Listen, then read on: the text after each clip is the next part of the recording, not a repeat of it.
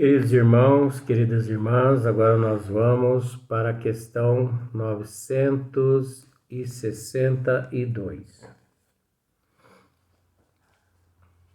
Então, na questão 962,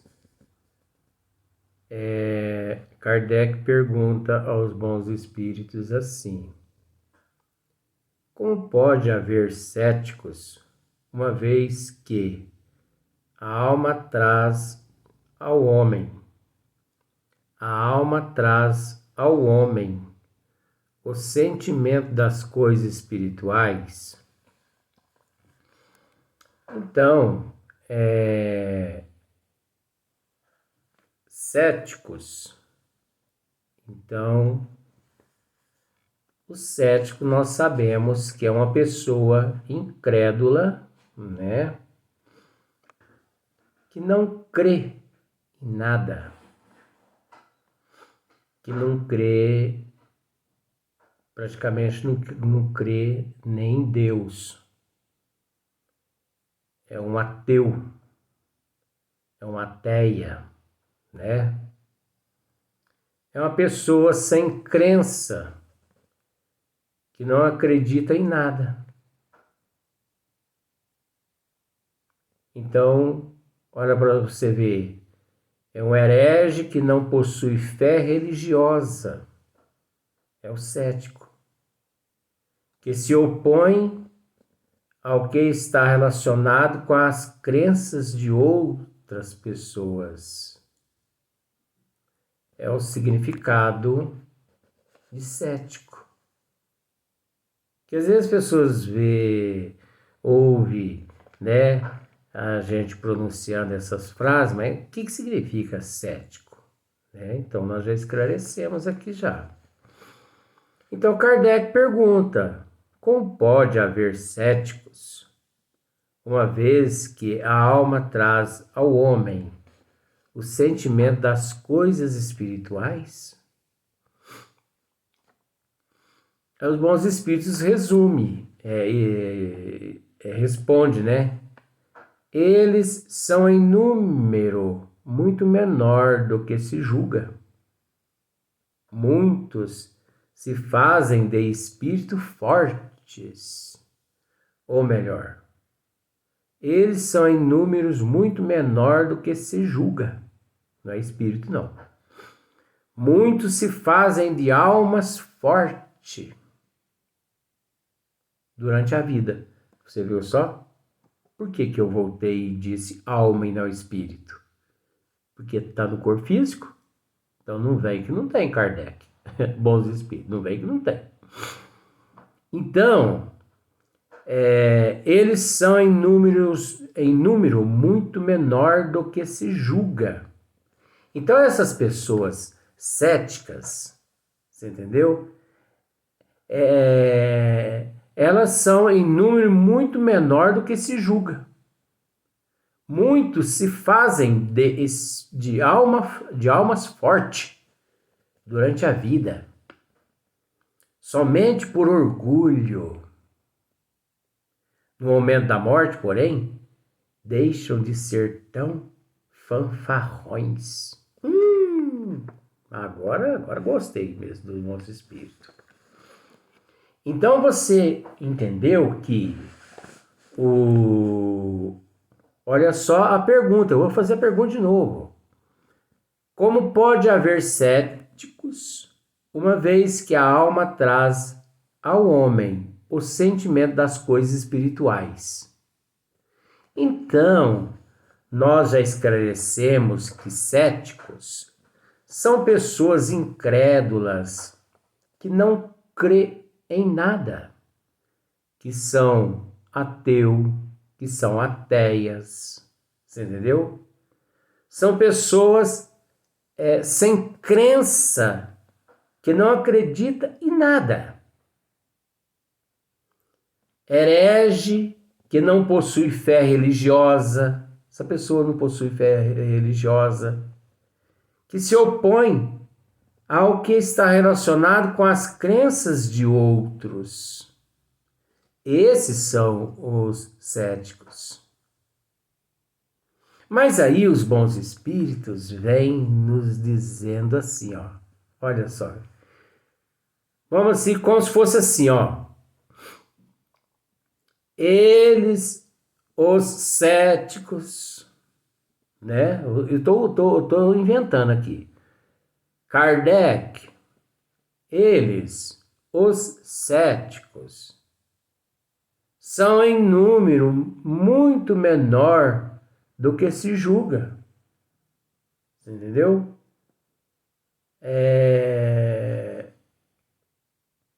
Muitos se fazem de almas fortes, né? Eles se julgam de alma forte, porque são céticos, eles não creem em nada, eles não creem em Deus, eles são ateus, são ateia, eles não têm crença, então eles se julgam fortes. Eles se julgam amparados por aquilo, pelo aquilo que eles crêem. Que eles não creem em nada. Entendeu?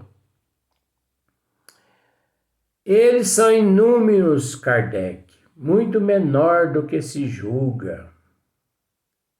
Muitos se fazem de almas fortes durante a vida, somente por orgulho, Kardec. No momento da morte, Kardec, porém, deixam de ser tão fanfarrões. Você entendeu? Então, essas pessoas incrédulas, essas pessoas céticas, essas pessoas ateia, né? Que até é feminino de ateu, seria o homem e a mulher. O homem é ateu, a mulher é ateia, tá? Então, é um número muito insignificante aqui na Terra. Você entendeu? Pega assim, ó, pega 10.000 pessoas e pergunta para eles assim: quem acredita em Deus? Todo mundo levanta a mão. Aí você fala assim, que você não está vendo aquelas 10.000 pessoas ali todas, né? Que elas estão com a mão levantada ou não. Aí você fala, agora todo mundo baixa a mão. Agora vamos fazer uma pergunta. Quem não acredita em Deus? Só um levanta a mão. Por isso que os bons espíritos disseram, são minoria. Mas na hora da morte, eita! Quando ele vê a coisa preta, gente, é quando ele vê assim, tudo escurecendo, as vistas dele escurecendo, e ele vai ficando tonto assim. Uns dá tempo nem de ficar tonto, já cai. Mas outros não, sabe? O infarto, por exemplo, dá tempo da pessoa segurar, gritar, ai, tá doendo meu peito, ai, tá doendo meu braço e tal. E ele sente que a tontura e desmaia. Tem uns que não, gente, é pif e paf. Pif e paf. Pá. Mas na hora que ele tá, ai, meu peito, ai, meu braço, sem querer ele fala assim, ai, meu Deus. Ué, você tá falando em Deus por quê? Você não acredita em Deus? Então é uma minoria muito significante. E outra, gente, a gente tem que entender que esses céticos é um estado de ignorância da alma, do espírito, depois, né, na erraticidade. É um estado de ignorância. É uma perturbação, é um transtorno. A pessoa que diz assim, eu sou ateu, eu sou ateia, eu não acredito em Deus, eu não acredito em religião, eu não acredito em nada. Ele é um pobre de espírito. Ele é um obsidiado. Ele é um transtornado. É uma pessoa que carece de tratamento psiquiátrico. Isso é um distúrbio. É um distúrbio tanto neurológico quanto um distúrbio obsessivo. Entendeu? Aí Kardec, ele faz aqui agora um resumo. Kardec é chique por causa disso, né? Kardec faz um resumo agora do verdadeiro sentido, do verdadeiro significado de intuição das penas e gozos futuros. Olha só o resumo de Kardec. Que maravilha. A responsabilidade dos nossos atos é a consequência da realidade da vida futura. Olha só. A responsabilidade dos nossos atos é a consequência da realidade da vida futura. Dizem-nos a razão e a justiça que, na partilha da felicidade a que todos aspiram, não pode estar confundidos os bons e os maus. Não é possível que Deus queira que uns gozem sem trabalho de bens que outros só alcançam com esforço e perseverança. Deus é a inteligência suprema, é a causa primeira de todas as coisas. Deus, ele não criou um perfeito e ao lado daquele que ele criou perfeito, ele não criou um simples e ignorante, mas propenso ao bem. Não. Deus criou todos e cria todos iguais. Tudo que nós possuímos é conquista nossa, esforço, mérito, batalha, luta. Você entendeu? Então, se a pessoa está numa desgraça, é porque ele plantou desgraça em vidas passadas. Se ele está desfrutando algo de bom, é porque ele plantou bondade no passado. É como aquele ditado: quem planta vento, colhe tempestade. Quem planta jiló, colhe e come jiló. É a lei de causa e efeito, de ação e reação. Deus não tem nada a ver com as nossas irresponsabilidades. Ele é tão justo que ele nos dá a oportunidade de nós repararmos os nossos erros, de nós nos melhorarmos e de seguirmos o curso evolutivo. Então, olha só para você ver. Dizem-nos a razão e a justiça que, na partilha da felicidade a que todos aspiram, não podem estar confundidos os bons e os maus, né? Não é possível que Deus queira que uns gozem sem trabalho, né? A pessoa não se esforça, né? Ele não se ajuda, ele não bate a porta, né? Ele não corre atrás, ele não luta. E ele quer tudo de mão beijada, né? De bens que outros só alcançam com esforço e perseverança.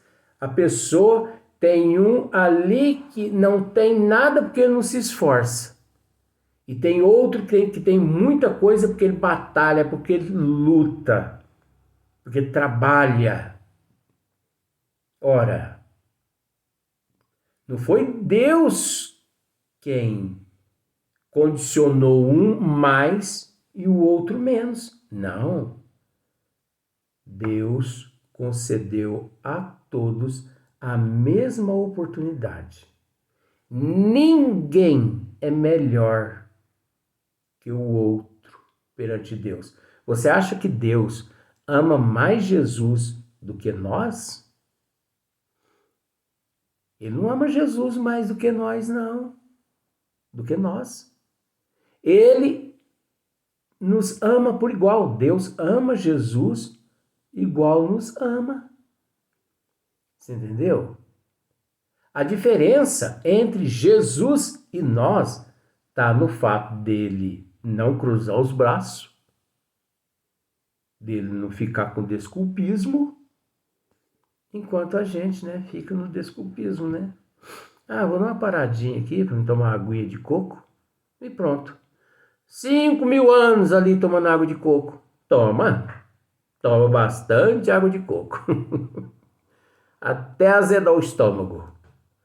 Depois você vai buscar um antiácido, né, na providência divina.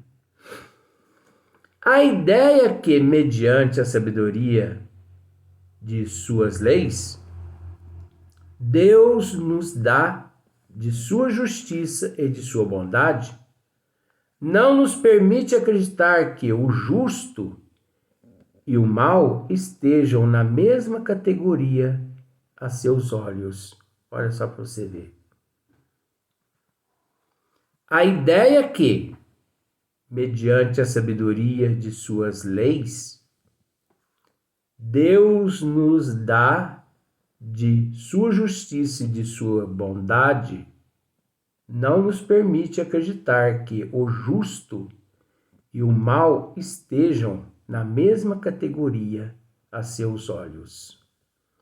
Nem duvidar de que recebam algum dia a recompensa, o castigo, o outro pelo bem ou pelo mal que tenha feito. Por isso é que o sentimento inato que temos da justiça nos dá a intuição das penas e recompensas futuras.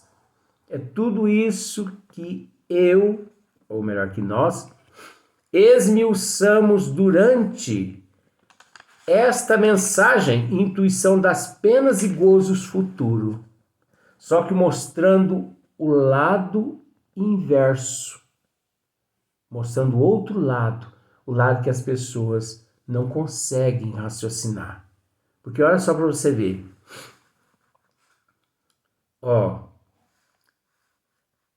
Nem duvidar de que recebam algum dia a recompensa, o castigo, o outro, pelo bem ou pelo mal que tenha feito.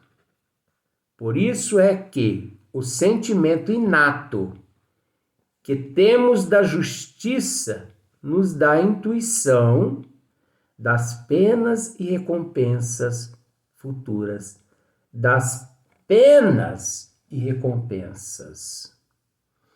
Então, nós tratamos no esmiuçamento as penas e as recompensas à luz da terra, à luz da ciência convencional da terra e à luz da justiça divina nos vídeos anteriores. Como aqui Allan Kardec, ele finda esse tema nos mostrando esse sentimento inato que temos da justiça, nos dá a intuição das penas e recompensas futuras. Mas isso ele vem nos mostrando desde o princípio, quando ele começa a nos esclarecendo a responsabilidade dos nossos atos é a consequência da realidade da vida futura. Você viu só? O final está no começo. O começo está no final. Observe para você ver. A responsabilidade dos nossos atos é a consequência da realidade da vida futura. Agora eu vou no final. Olha só para você ver. Por isso é que o sentimento inato que temos da justiça nos dá a intuição das penas e recompensas futuras. Você parou para raciocinar a respeito dessa questão? Dessas duas questões? Kardec, no princípio, o primeiro parágrafo, no princípio, é o mesmo parágrafo do final. Só que a pessoa precisa raciocinar. Porque se a pessoa não raciocina, isso aqui chama-se, por exemplo, mente fotográfica. Porque você tem que não só ler, você tem que armazenar todo esse conteúdo na tua memória, na tua mente, no teu eu, para depois você esmiuçar à luz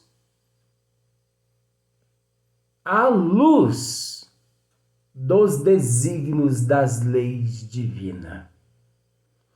Então, veja bem, se Kardec tivesse dito só esses 2 parágrafos, ele não precisaria dizer, como ele disse, todos os outros. Vamos dizer que ele, se ele tivesse dito o primeiro parágrafo e o último parágrafo, olha só para você ver, ele teria resumido intuição das penas e gozos futuros. Observe só para você ver, eu vou fazer isso agora, ó. A responsabilidade dos nossos atos é a consequência da realidade da vida futura. Agora, vou dar sequência no final, ó. Por isso é que o sentimento inato que temos da justiça nos dá a intuição das penas e recompensas futuras. Você entendeu bem o que eu quis dizer? Ó, vou ler de novo. Eu gosto de fazer isso. Eu gosto. Porque, sabe, o mesmo prazer que eu tenho aqui, sabe, eu gosto que as pessoas também sintam esse prazer. Ó, o parágrafo primeiro, então, ó, ele tem praticamente 2 linhas. 2 linhas e 2 linhas.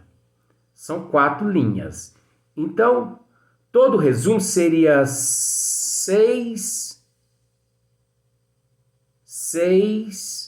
e 5, 10. Todo o resumo de Kardec, ele usou 10 linhas.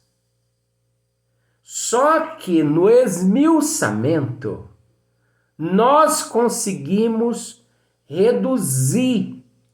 Olha só para você ver. Nós conseguimos reduzir de 10 linhas para 3 linhas. Olha só para você ver.